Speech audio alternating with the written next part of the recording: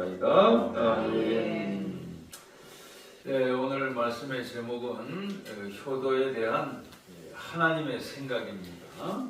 하나님께서는 효도에 대해서 어떤 생각을 갖고 계시는지 우리 한번 살펴보면 참 하나님의 뜻이 얼마나 귀한 것인지를 우리가 알아볼 수가 있게 됩니다. 오늘 말씀이 모세의 노래에는 세 군데가 나와요. 그래서 우리가 시편 하면은 주로 이제 다윗이 쓴 시편이 주종을 이루고 있지만 시편이라고 하는 말 자체가 찬송가라는 뜻입니다. 물론 우리가 갖고 있는 찬송가하고 다른 거는 악보가 없다는 것뿐이죠. 그러나 이스라엘 사람들은 전통적으로 자기들이 물려받은 운율이 있어요. 그 운율에 맞춰가지고 그들은 자연스럽게 부를 수 있는데 우리는 이제 거기까지는 하지 않습니다. 그래서 잘못하면 시편은 그냥 읽는 걸로 끝나는 거구나 생각하기 쉽지만 그게 아니고 본래가 찬송하기 위해서 작사된 시라고 하는 거죠. 그래서요 그 시편으로 된 책에서만 찬송이 있는 게 아니고 성경 군데군데 보면은 시편이 나옵니다. 그 대표적인 게 바로 벌써 모세오경에서 모세가 시편을 남겨둔 곡이 세 곡이나 된다는 겁니다. 그 세 곡 중에 하나를 우리는 오늘 읽은 거예요. 그러니 대단한 거죠. 뜻이 깊어요. 우선은 찬송가라고 하는 것은 언제가 유래인가, 언제 최초인가, 출애굽 직후입니다. 출애굽에 성공하고 나서 홍해를 건너오고 나서 비로소 하나님께 영광 돌린 그 은혜 속에서 모세가 부른 거예요. 그때 모세의 누이 미리암을 비롯해서 여인들은 소고를 치면서 춤을 추었다고 생각해요. 출애굽 직후에 구원 감사로 부르는 것이 바로 찬송이 되는 거기 때문에 일반적인 세상 노래하고는 질적으로 다르다고 하는 것을 알려주는 거죠. 그 다음에 신명기 31장이에요.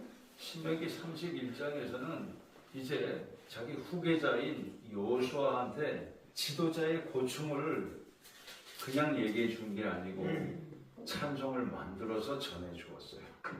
지도자의 고충을. 그리고 방법을 가르쳐 주죠. 그 방법이라고 하는 것은 주야로. 그 방법이라고 하는 것은 하나님의 율법책을 잘 묵상하면 된다고 가르쳐 줍니다. 그것도 상당히 뜻깊은 겁니다. 그냥 말로만 물려줄 수도 있는데 찬송으로 직접 만들어가지고 그걸 물려준 것은 대단한 정성이라고 할 수 있는 거죠. 또 은혜라고도 할 수 있고요. 그 다음에 오늘 본문이에요. 오늘 본문은 효도에 대한 말씀인데 모세가 그걸 또 노래로 지어가지고 후손들에게 남긴 겁니다. 예술은 그래서 위대한 것 같아요. 어린아이라도 노래로 남기면 어린아이라도 다 이해할 수가 있고 부를 수 있습니다. 오래 가잖아요. 오래도록 검증된 걸 갖다가 우리는 고전이라고 이야기합니다. 그래서 기업하는 사람들도 이제 광고를 할 때 어디서 주로 따와가지고 광고를 하냐? 고전에서 따와서 광고를 하는 겁니다. 그렇게 하면 좋은 거 뭐 있습니까? 오랫동안 고전을 통해서 검증된 예술은요 자기도 모르게 익숙합니다. 그래서 그 물건을 사는데 거부감이 별로 안 들어요. 그래서 고전에서 그렇게 자꾸 따오는 겁니다. 자, 오늘 말씀이 단순히 효도로만 되어 있는 게 아니고요. 민족이 슬기롭게 오래 살도록 잘 살 수 있는 비결이 뭐냐? 그게 효도라는 거예요. 그게 이상하죠? 민족이 오래도록 잘 살 수 있는 비결하면 우리가 과학기술이 아닌가 그렇게 생각할 수 있는데 성경은 그렇게 어렵게 설명을 안 합니다. 효도라는 거예요. 효도. 실제로 세계 역사에 보면요. 문명이 앞서고도 문명이 훨씬 더 못한 나라에 멸망한 제국들이 있어요. 로마 제국이 그랬던 나라. 로마 제국은 야만인한테 넘어갔어요. 이상하죠. 그건 뭐냐면 진짜 문명은 정신이라는 뜻이에요. 진짜 문명은 정신이라는 뜻입니다. 야만족인데 자기들끼리는 너무도 아름다운 사회를 가지고 있어요. 오늘 본문 6절에 하나님께서 이 모세를 통해서 주의를 환기시키고 있습니다. 어리석고 지혜 없는 백성아, 여호와께 이와 같이 보답하느냐. 모세는 사실 광야에서 40년 동안 200만 명 목회하면서 속을 많이 썩었던 사람이에요. 그러니까 이스라엘 민족들한테 사실은 그냥 덧점 없어요. 사실은. 그렇지만 가르쳐야 되죠. 그는 내 아버지시요, 너를 그 지으시니가 아니시냐. 그가 너를 만드시고 너를 세우셨다. 그게 무슨 뜻입니까? 6절의 아버지는 육신의 아버지가 아니고 분명히 하나님 아버지라는 뜻이에요. 하나님 아버지. 너를 세웠다고 하는 것은 너를 세상에서 적절한 역할을 하면서 살도록 그렇게 하나님께서 그것도 배려하셨다는 걸 말하는 겁니다. 우리가 이렇게 적절한 위치에서 사는 게 우연이 아니다 그 말입니다. 다 하나님의 계획하심 속에서 우리가 살아온 거고 앞으로도 그럴 겁니다. 그 다음에 7절에 있는 말씀이 바로 육신의 아버지예요. 육신의 아버지의 위치가 뭐냐? 옛날을 기억하래요. 옛날을 기억하라. 그러면 옛날에 기억하라는 건 뭡니까? 선조들 말하는 거예요. 선조들. 그렇죠? 선조들 중에서도 나쁜 선조들 말고 기왕이면 좋은 선조들을 우리는 위인이라고 이야기합니다. 역대의 연대를 회상하라. 역대 연대는 과거 세대예요. 과거 세대에서 잘 이어져 왔기 때문에 나도 그 혜택을 받는다는 뜻입니다. 자기의 뿌리예요. 뿌리. 여기서 아버지께 물으라고 돼 있어요. 그럼 육신의 아버지입니다. 하나님은 영이시기 때문에 우리 눈에 안 보이잖아요. 그래서 일정한 권한을 우리 육신의 아버지에게 맡기신 겁니다. 그래서 아버지께 물으라. 육신의 아버지께 물으라는 거예요. 그 다음에 레위기 21장, 신명기 1장에 보면은 누구한테 물으라고 돼 있냐면 어르신들한테 물으래요. 어른들한테도 물으래요. 그러면 그 어른도 넓게 보면은 아버지의 역할을 하는 범위에 있는 분들이라는 뜻이에요. 있는 분들. 어른들이 말씀하는 건 무조건 잔소리를 여기시지 말고 들어볼 가치가 있다 그 말이에요. 사람이 아는 것을 질문받는 것은 기분 좋은 일입니다. 내가 아는 걸 질문받는 거 기분 좋은 일이에요.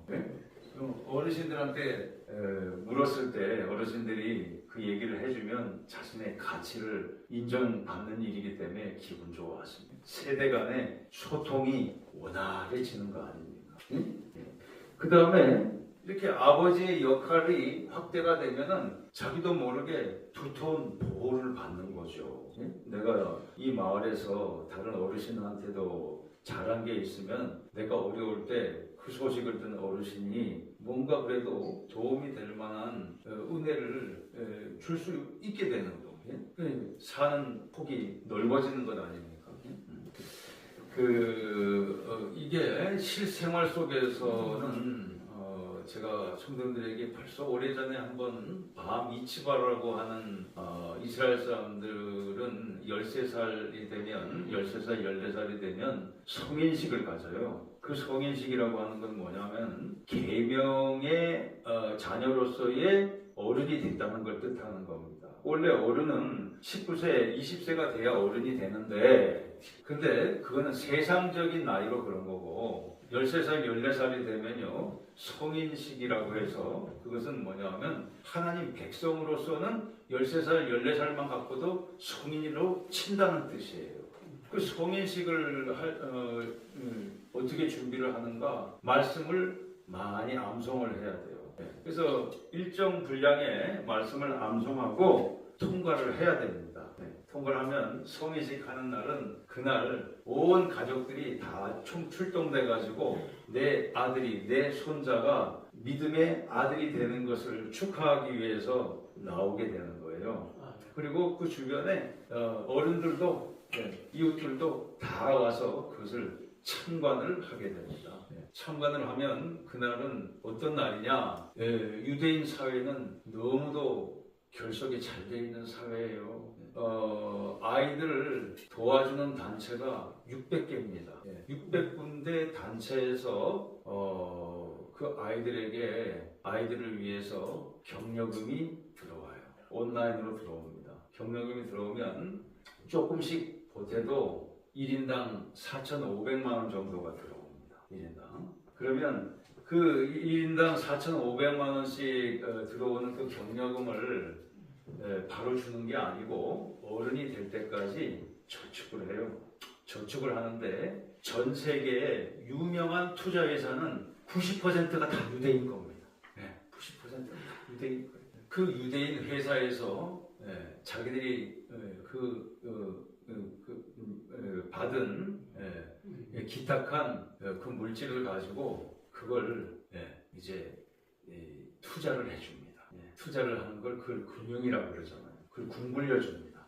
그러면 13살, 14살 되었던 애가 이제 19살 되면 자기 진로를 결정해야 됩니다. 대학을 갈 건지 기술을 배워서 세상에 사회에 진출할 건지를 두고 결정을 하게 됩니다. 사회에 진출하게 되면 그동안 모아뒀던 걸 다 청년에게 줍니다. 그러면 그때 얼마가 되어 있느냐? 1억 원도 넘게 저축이 되어 있는 거예요. 1인당 1억 한 3천만 원가량 불려져 있습니다. 그러면 우리나라 청년들이 19세, 20세 또 일찍 사회 진출을 하는 경우에 자기 돈 1억 3천만 원 가지고 출발하는 경우는 거의 없습니다.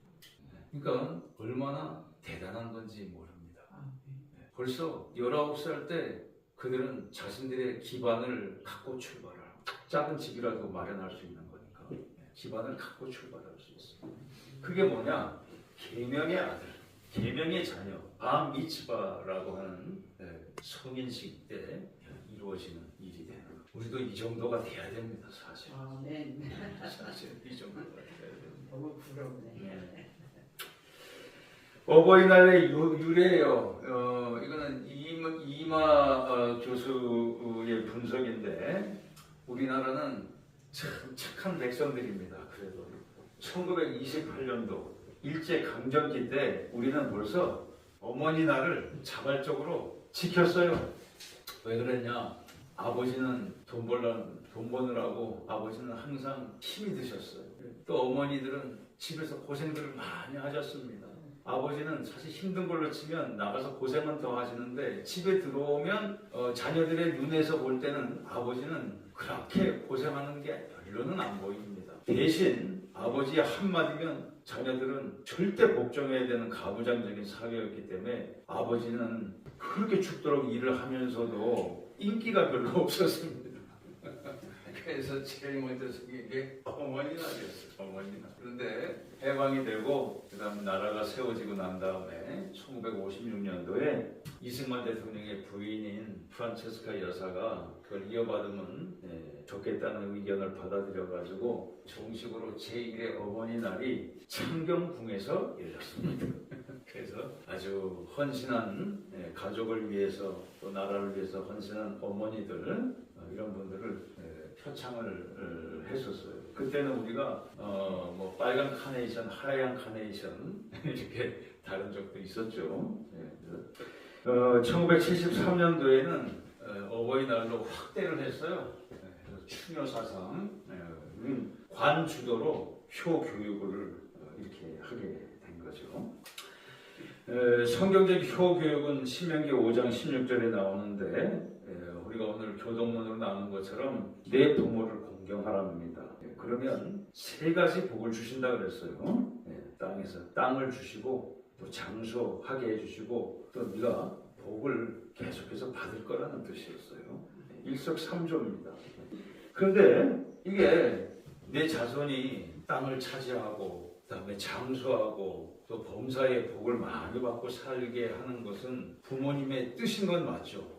뜻인 건 맞는데 성경은 뭐라고 말씀하고 있냐면 그걸 주시는 분은 하나님으로 되어 있어요. 겉으로 보면 부모님이 주시는 것 같지만 실제로 먼저 공급처는 하나님으로부터 오는 것이라고 말씀을 하고 있는 이 말씀이 왜 중요하냐면 예전에 제가 우리 교회 온 지 얼마 안 됐는데 어떤 성도님이 관절이 아프셔가지고 고생을 하시더라고요. 연골이 다 닳아가지고 일을 많이 하셨어요. 근데 물어보니까 그 수술을 하면 되는데 수술 비용이 너무 많이 드는 거예요. 자기 생각에 많이 드는 거예요. 그 가정은 그 감당할 수 있는 가정이에요. 얼마든지 감당할 수 있는. 근데 저는 그 감당할 수 있는 가정인 걸 그 당시에는 몰랐어요. 온 지 얼마 안 돼가지고 우리 성도님들은 다 어려운 줄로만 알았기 때문에. 근데 마침 그 서울에 어떤 의료재단에서 연락이 와가지고 그런 분들 지원을 해줄 수 있다고 그래요. 이제 살펴보니까 왜 그동안 그 성도님이 그 수술을 하기를 망설였는지를 알 수가 있었어요. 그 이유는 뭐냐면 자녀들이 웬만큼 사는데도 미안해서 못하는 거예요. 어쨌든 목돈이 들어가는 거니까. 그리고 그 이유가 뭐냐면 자녀들을 제대로 자기가 교육을 못 시킨 것에 대한 죄책감이 있었어요. 그 죄책감 때문에 몇백 들어가는 수술 비용을 자녀들한테 요구하는 것은 엄두를 못 내시는 거였어요. 근데 어떻게 하나님 은혜로 그 이제 10분의 1 가격으로 해드렸어요. 10분의 1 가격. 바로 그것 때문에 중요한 겁니다. 자녀들에 대한 부담감. 자녀들에 대한 부담감. 내가 자녀한테 해준 게 별로 없을 때 부담을 가질 수 있잖아요. 근데 성경은 뭐라고 말씀하냐면 부담 안 가져도 된다는 거예요. 보장해 주시는 분은 하나님이시지 부모가 아니기 때문에 그래요. 부모가 아니에요. 보장해 주는 거는. 참 기가 막힌 말씀이거든요. 이거는 저는 이 말씀을 보고 나서 그렇게 자유로울 수가 없더라고. 그렇게 자유로울 수가 없더라고. 그래 나 조금 못해줘도 기본 출처가 하나님이시니까 나는 기도만 열심히 하면 되고 기도만 열심히 하면 하나님께서 공급해 주시는 거니까 비로소 마음의 부담을 덜 수가 있었습니다. 우리 성도님들도 이 말씀이 그렇게 중요하다는 것을 아시면 좋겠어요. 우리 같이 선포합시다. 고로 나는 자유로운 부모다. 성도님들은 좋은 부모예요. 기도만 하셔도 좋은 부모가 될 수 있습니다. 그래서요, 성경적인 효도의 대상은 숫자로 보면은 5배나 마찬가지예요. 이사야서 55장 9절에 하늘이 땅보다 높은 같이 내 생각은 너희보다 높다고 말씀하셨어요. 하나님께서. 자, 성경적인 부모의 범위를 한번 봅시다. 효도의 대상을 봅시다. 첫째, 단추가 삼위일체 하나님이에요. 6절에 부모님 나오죠. 또 우리가 살펴본 것처럼 지방과 지역의 어른들 나오죠. 헌신한 원로분들 있죠. 위인들 있죠. 그래서요, 효도하는 믿음은 민족적이고 국가적인 일이에요. 이제. 그러니까 모세가 나라가 오래도록 민족이 오래도록 지혜롭게 사는 노래에다가 효도를 집어넣었다. 이건 누구나 할 수 있는 거예요. 뭐 특별한 기술이 필요 없어요. 이거는. 그냥 따르기만 하면 되는 겁니다. 성경적 효도의 방법도 어렵지 않습니다. 같이 선포합시다. 첫 단추부터 잘 끼우자. 그럼 실제로 성도님께서 단추를 끼워 보셔서 알지만 첫 단추 잘 끼우면 나머지는 잘 되지 중간에 이상하게 되는 경우는 거의 없어요. 첫 단추가 바로 하나님 공경이 되는 겁니다. 그 방법이 뭐냐? 성경에는요, 요거 하나 말씀하고 있어요. 방법이 슈아일이라고 하는 건데 물을 내는 거예요. 문안만 잘하면 된다는 거예요. 문안만. 문안하라는 거예요. 문안. 아들하고 딸하고 성도님께서 하시는 말씀이 아들은 든든하대요. 그러나 아들은 잔정이 없고 딸은 잘하면서는 딸이 또 그렇게 또 잘 한다고 그러더라고요. 아들보다도. 아들은 어쩌다가 이제 잘하는 거고. 근데 저도 이걸 한번 고쳐보려고 그랬어요. 그래서 나이 드신 어머니한테 전화를 드릴 때도 전화를 해서 어머니 별일 없어요? 별일 없다? 그러면 알아서 하고 그런단 말이에요. 이게 남자예요 이게. 이 딸은 안 그렇더라고요. 뭐 거기서 뭐 덧붙여가지고 조잘조잘. 이 딸 부잣집이 욕이 많다잖아요. 이게 아마 그런 걸 나이 들수록 심심하신데 아들은 무뚝뚝하단 말이에요. 딸들은 그걸 그냥 미주얼 고주얼 그거 덧붙여도 이러니까 이게 또 복이 많은 것 같아요. 근데 저도 말씀을 깨닫고 난 다음에는 이게 조금씩 이게 붙여지더라고. 네, 이게 하나씩 이렇게 해서. 근데 어떻게 해요? 그거는 무뚝뚝한 사람이 예수를 믿으면 어떻게 변화해야 된다는 걸 말하는 건데 좀 그 딸들처럼 그 잘 무난할 수 있는 기술을 개발하는 수밖에 없는 거죠, 뭐 그거는. 그래서 첫 단추는 물론이고 성도님께서 나머지 단추도 잘 끼우셔서 민족으로까지 보장해 주신 땅과 장소의 복이 성도님들의 가정과 생활 속에 풍성이 이어질 수 있는 주님의 이름으로 축원합니다. 오늘은요 만남의